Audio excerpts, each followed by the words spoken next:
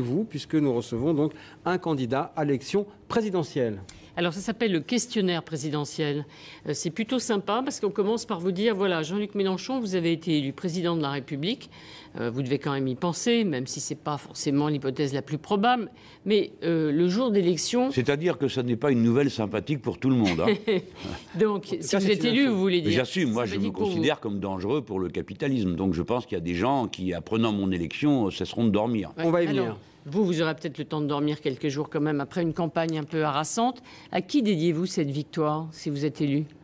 Oh, moi, je l'ai dit, c'est ce peuple immense de femmes et d'hommes qui, d'abord ceux qui m'ont constitué, ces syndicalistes, ces gens engagés, qui m'ont appris à être autre chose que le jeune intellectuel un peu brouillon que j'étais, et qui ont donné un sens à mon existence.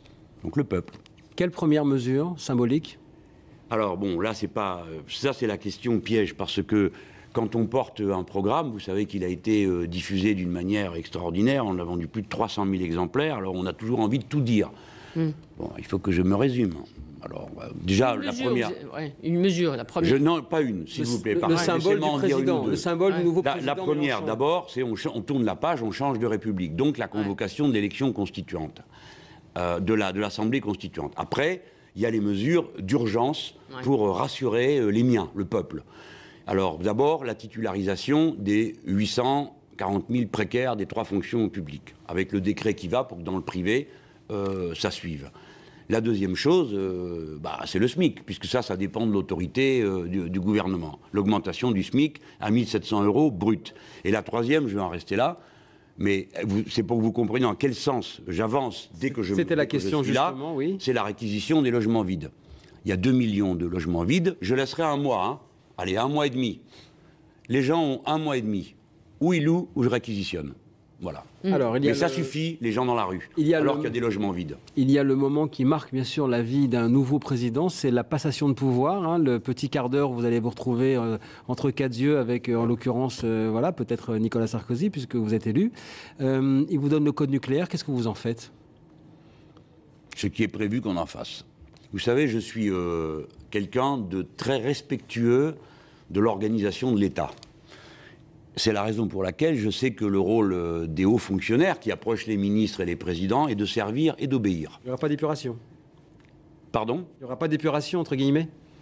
Avant ça, d'abord, épuration, ça n'existe pas. Le statut de la fonction publique rend cet exercice absolument impossible. Donc je ne sais pas de quoi on parle depuis quelques jours. Il y a des fonctionnaires d'autorité qui sont nommés par l'autorité. Il est normal qu'une autorité choisisse et désigne ceux qu'elle entend les plus utiles à cette place. Mais pour l'essentiel, fort heureusement, la fonction publique d'État est indépendante. Et les fonctionnaires obéissent. Et ils mettent tout leur savoir-faire au service de ceux qui donnent les ordres du fait qu'ils l'ont reçu. Alors, le mandat du peuple. Le code nucléaire. On en revient. Eh bien, le code nucléaire. Qu'est-ce que vous en faites ? Vous dites ? Vous le gardez, vous assumez la fonction, le président de la République... Le chef de l'État est chef des armées. Aussi longtemps que la constituante n'aura pas modifié le statut du chef de l'État, on assume les fonctions pour lesquelles vous avez été élu. Et ça fait partie, avoir une défense, et, si vous voulez on peut en dire un mot, et pour que vous voyez à quel genre d'homme vous avez affaire. Une défense nationale, je suis partisan d'une défense nationale, puisque je suis partisan de l'indépendance de la France. Et une défense, il faut être sérieux. Elle doit être efficace. Je pense que nous avons une défense nationale qui peut être efficace, qui l'est déjà, qui peut être encore plus efficace, qui doit s'appuyer davantage sur l'implication populaire, mais dedans, il y a la dissuasion nucléaire. Donc, il faut assumer. C'est-à-dire qu'il y a un service national, vous pouvez rétablir un service national ou pas ? Alors, il faut signaler à ceux qui nous écoutent que la conscription est suspendue. Oui.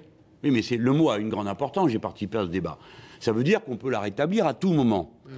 Alors déjà, il faudra faire un peu de pédagogie pour rappeler à tous les Français qu'ils se doivent à la patrie républicaine. Donc vous voulez le rétablir ? Par l'impôt du temps. Moi, je n'ai jamais été pour l'abolir. Je ne vous dis pas que je vais le rétablir, nous n'en avons pas parlé entre nous, mais moi, je n'y aurais aucun inconvénient. Et s'il le fallait, je veux dire, s'il fallait défendre notre pays, je ferais appel au peuple, ça c'est clair.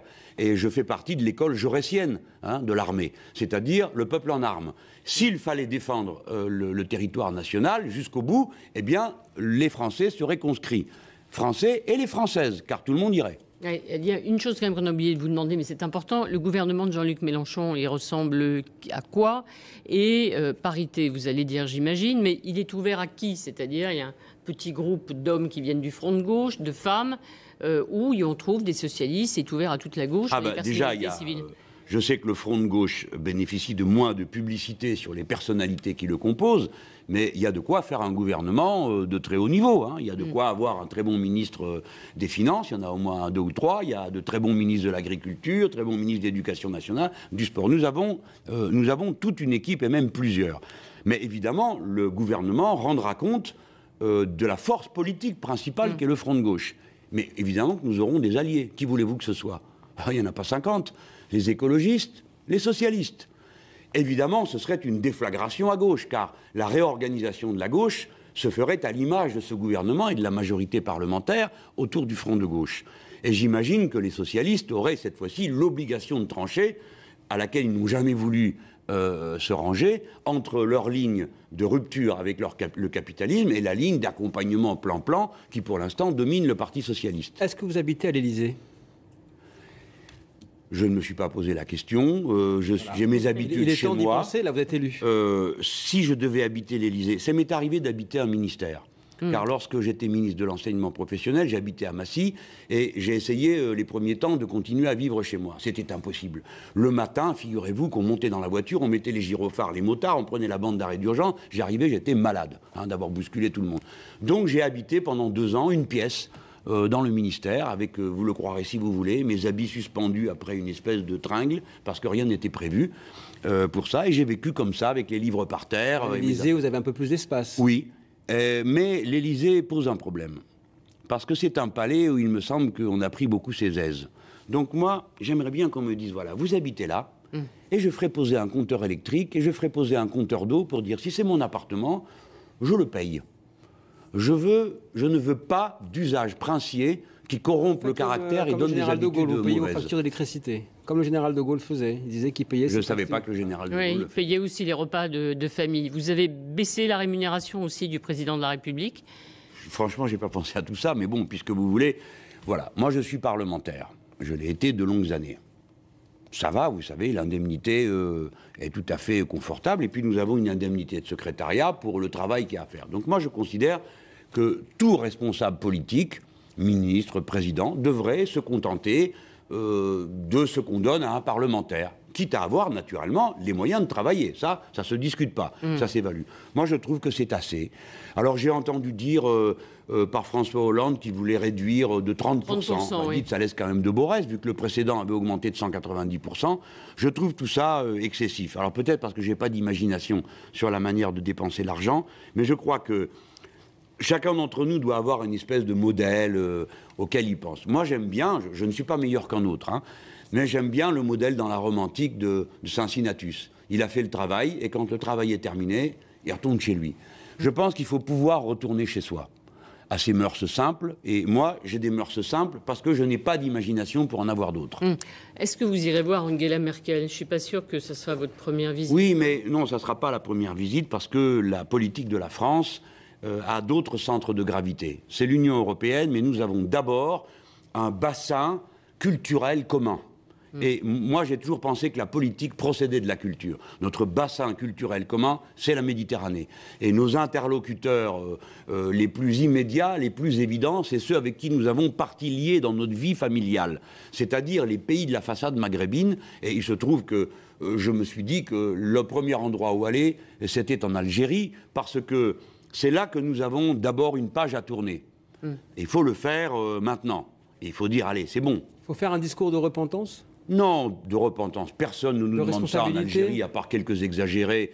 Non, un discours d'amour et de fraternité pour dire, allez, maintenant la guerre est finie, maintenant on s'aime. On a des familles ensemble, ça n'arrête pas de circuler, de traverser la Méditerranée dans un sens et dans l'autre. C'est vrai avec les Tunisiens, c'est vrai avec les Marocains. Jamais autant de gens n'ont eu en commun l'usage d'une même langue, le français, et maintenant on peut dire même de deux, parce que l'arabe est aussi pas mal parlé chez nous. Mais encore, faut-il souligner qu'on y parle davantage le français que n'importe quelle autre langue. Par conséquent, nous l'avons en commun. Ce n'est pas la langue française, n'est pas la langue des Français, c'est la langue de tous ceux qui parlent français. Géostratégique ou affective? Parce que l'enfant d'Algérie aussi peut-être penser à ça, non? Affectif, bien sûr. Je suis un homme de la Méditerranée, on me le reproche assez. Vous savez, il y a un petit racisme non dit.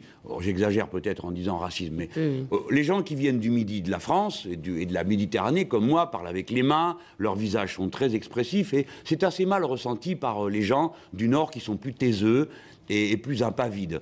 Donc on nous regarde toujours un peu de haut comme des exagérés, quoi que nous disions, et ce que je dis là est parfaitement entendu par les Marseillais, les Avignonnais et tous ceux du sud de la France en général. Je pourrais impliquer l'Aveyron et l'Ariège là-dedans.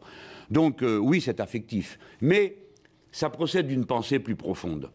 La France ne doit pas, parce qu'elle construit l'Union européenne, dans laquelle elle est la deuxième puissance, je vais venir sur votre affaire de Mme Merkel, oublier quelle est la racine de sa force. Et la racine de sa force, c'est l'écoute qu'elle a, la fraternité qu'elle a avec tous ces peuples qui ont en usage commun la langue française. Ça, c'est le socle de notre force et de notre manière de dialoguer avec le monde. Et évidemment, c'est notre force aussi quand on vient parler en Europe. Alors, déclaration d'amour en Algérie et déclaration d'entrée en résistance en allant à Berlin voir Angela Merkel? Non. Avec Madame Merkel, si c'est encore elle. Ah oui, dans le timing. Oui, mais ça ne sera pas très longtemps, puisque les Allemands votent au mois d'octobre de l'année 2013. Vous aurez quand même un temps avec elle. Oui, on sera un temps ensemble. Mais ne perdons pas de vue que si les Français ouvrent une brèche dans le mur de droite de l'Europe, eh bien, on peut imaginer assez facilement que les Allemands, qui souffrent autant que nous, car quoi qu'en raconte le président Sarkozy, la situation d'un travailleur allemand n'est guère enviable. Bon, eh bien, ils verront, ils diront, ah ben, les Français le font, nous on le fait aussi. J'imagine donc, alors il y a une période pendant laquelle nous ne choisissons pas le gouvernement des voisins. Et nous ne nous mêlons pas de leur dire ce qu'il faut faire. C'est vrai qu'il y a un front de droite, si j'ose dire, en face de vous. Tout à fait. Alors il faut parler raisonnablement. Il faut mettre sur la table des arguments rationnels qui se discutent, et pas des invectives ou des imprécations, ou des soumissions. Moi, je reproche aux uns et aux autres de ne pas avoir une politique assez française, c'est-à-dire enracinée sur le sentiment de notre puissance. Nous sommes la deuxième puissance. Donc, Madame Le Pen, elle est à peine installée au pouvoir qu'elle court, elle arrête, elle lâche prise, elle envoie paître l'euro et elle court se cacher sous la table. Vous non, vous dites non, mais vous restez dans le système mais enfin, pour le changer. L'euro est à nous. Qu'on comprenne bien. Mais bien sûr, l'euro est une monnaie française. Nous en sommes propriétaires comme les Allemands. Donc nous allons leur dire, les amis, ce cirque ne peut plus durer. Nous sommes en train de mourir asphyxiés, car le cours de l'euro est beaucoup trop élevé. Donc, il faut faire baisser le cours de l'euro. Pour ça, il faut modifier le statut de la Banque Centrale Européenne. Mais on peut, sans recourir à cette mesure, avoir plein d'autres mesures avant qui permettent d'avoir le même résultat que celui de changer le statut de la Banque Centrale. Mais on peut obtenir que la Banque Centrale change de statut. Voilà, on ne peut pas nous dire non en Europe. C'est ça que je veux dire à ceux qui nous écoutent. Arrêtez de regarder la pointe de vos souliers et d'être là le béret à la main chaque fois que vous voyez arriver Madame Merkel. Il ne faut pas avoir peur. Nous sommes la deuxième puissance du continent et nous sommes la puissance ascendante. C'est ça que je veux vous dire à tous. Pourquoi ascendante? Parce que la démographie nous porte, tandis que les Allemands sont une puissance déclinante pour la raison que la démographie chez eux est stagnante, voire en recul. Il y aura plus de Français que d'Allemands dans les 15 prochaines années. Par conséquent, nous sommes un peuple en dynamique. Nous avons besoin d'écoles, d'instituteurs, nous avons besoin de machines, nous avons besoin d'hôpitaux. Nous avons donc besoin de dépenses publiques. Est-ce que c'est tant Mme Merkel qu'on craindrait, ou tout simplement aussi le fait qu'il y a eu un accord européen dès le départ pour dire lutte contre les déficits, discipline budgétaire, et qui n'est pas simplement décidé par l'Allemagne. Je le comprends, la signature de la France. Européen. Mais vous avez raison, M. Darmon. La situation est grave. Pourquoi? Parce que la signature de la France, de mon point de vue, je vous pose la question. Non, elle est grave de mon point de vue. La signature de la France a été engagée, on ne peut pas passer à côté de ça. Le président de la République a signé. Nous n'allons pas, nous les Français, arrivant, vous savez, au président de la République, ça ne compte pas une signature, parce qu'on pourrait se voir opposer. Le traité, comme le dit François Hollande. Vous allez voir, les socialistes, oui, bah alors leur cas est déplorable, parce qu'ils prétendent qu'ils veulent renégocier le traité. Oui. Ben, il fallait commencer par s'y opposer. Oui, mais entre-temps, ça a changé. J'ai vu que M. Bernard Cazeneuve a dit qu'il n'était même plus question de renégocier, mais de voter un avenant. Non, mais on plaisante. C'est une mauvaise plaisanterie. Donc la signature de la France est engagée. Donc, déjà, commençons par dire, nous sommes obligés de prendre au sérieux cette situation. Donc, nous serons obligés de faire se prononcer les Français. Voilà. C'est-à-dire, on ne peut pas dire aux Allemands, écoutez, on a élu Mélenchon, on a changé d'avis. Budgétaire de l'Europe. Donc, nous commencerons par faire un référendum pour dire aux Français, vous ratifiez oui ou non le traité. S'ils disent oui, que voulez-vous qu'on fasse? On obéira. C'est les Français qui commandent. Moi, je ne trahirai pas la parole du peuple français. Mais s'ils disent non, nous irons dire aux autres, écoutez, nous, on a dit non. Donc, il faut discuter autrement de la situation. Et quelle sera notre force, notre argument rationnel? C'est que nous dirons, mais regardez ce que vous avez fait à la Grèce, il n'y a rien qui s'arrange. Regardez ce que vous avez fait aux autres pays, ça ne donne rien. Donc, il faut procéder autrement. Cet autrement, pour nous, c'est la relance de l'activité. Donc, M. Hollande raconte des histoires quand il dit on va accepter le traité d'austérité et en même temps faire passer un traité de croissance. Ah non, on ne peut pas voir les deux, c'est ou l'un ou l'autre. Et donc, il nous faut un traité de croissance, une croissance équilibrée, raisonnée, écologique, sociale, mais une relance de l'activité. Voilà, on ne peut pas avoir les deux en même temps. Il faut que François Hollande choisisse. Et s'il veut la relance, alors il veut le rapport de force. Et s'il doit faire un rapport de force, alors c'est ma méthode qui est la bonne et pas la sienne. C'est le référendum. On va sur la loi de vertu républicaine qui était un moyen de faire payer les exilés fiscaux. Ça fait partie d'une liste de choses que vous ferez. Et dedans, on trouvera aussi, j'allais dire, la limitation des salaires, l'encadrement de 1 à 20. C'est ce que vous voulez? Eh bien, merci Arlette Chabot de faire le lien de ces choses, de souligner la cohérence. Tout est dans la loi de vertu républicaine. Tout ça tient dans une... Il faut assumer l'idée que c'est une proposition, un modèle de société. Il ne faut pas faire semblant de dire, vous savez, c'est juste un bidouillage à la marge. C'est une idée de la société. Une idée dans laquelle l'abus, l'accumulation n'est pas bien vue. Et il y a d'autres vertus dans la vie qui sont à l'œuvre. Il n'y a pas que la cupidité. Vous avez des tas de gens qui font leur métier avec bonheur, qui sont de très haut niveau intellectuel. Il ne faut pas faire croire que tous ceux qui réussissent sont seulement ceux qui sont motivés par l'argent. Vous devez être le président de la vertu. Alors, la vertu, c'est le principe républicain qui, à la fondation de notre République, ça ne concerne pas les mœurs, hein, ça concerne la manière de vivre en société. Oui, Madame Chabot, j'aurais peur moi aussi. Bon. Donc je suis tout à fait fait de la même patte que vous. Politique. Alors, oui, c'est la vertu. Et cette vertu, chacun d'entre nous, on ne va pas devenir des saints pour autant, mais nous avons un objectif, un horizon de comportement humain. Et dans une entreprise en particulier, je pense qu'il y a un cercle vertueux à établir. Pas un salaire, celui qui gagne le plus ne peut pas gagner plus de 20 fois que celui qui est, ou celle qui est, parce que c'est une femme la plupart du temps, en bas de l'échelle des salaires. Donc, quand on vient me dire, écoutez, moi, vous allez démotiver M. Darmon s'il n'a pas son million mensuel, de salaire. Oui, j'en ai pris l'habitude. Que vous l'ayez. Oui, j'en ai pris l'habitude. Bon, eh bien, on dira, mais monsieur, continuez. Pardon, je ne veux pas personnaliser la chose, c'est une blague qui n'est pas si bonne que ça. Mais quelqu'un qui a 1 million, eh bien, on lui dira, mais si vous voulez 1 million, très bien, vous continuez, sachant que de toute façon, l'impôt sur les riches va vous passer dessus, et que je prends tout de là de 360 000. Donc c'est bien pour la patrie que vous gagnez bien de l'argent. Mais le dernier, lui, alors, il doit gagner le 20e de votre million. Et voilà. Eh ben, je pense que vous trouverez quelqu'un pour 50 000 € pour balayer votre entrée et faire le ménage chez vous. Ça doit pouvoir se trouver. Voilà. Je le présente sous forme humoristique pour montrer que l'abus n'a été possible que par la prédation sur les autres. Donc je parle de cercle vertueux. Parce que ce que je n'aime pas dans la discussion actuelle sur les grandes fortunes, c'est qu'on a l'air de dire on va punir les riches. Oui. Ce n'est pas le sujet.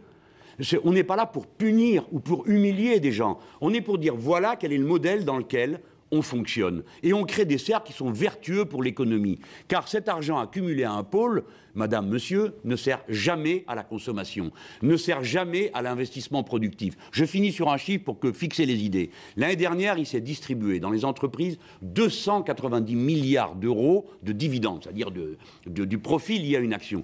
Et il n'y a que 190 milliards qui ont été placés dans l'investissement productif. L'argent suraccumulé par les très riches ne sert à rien.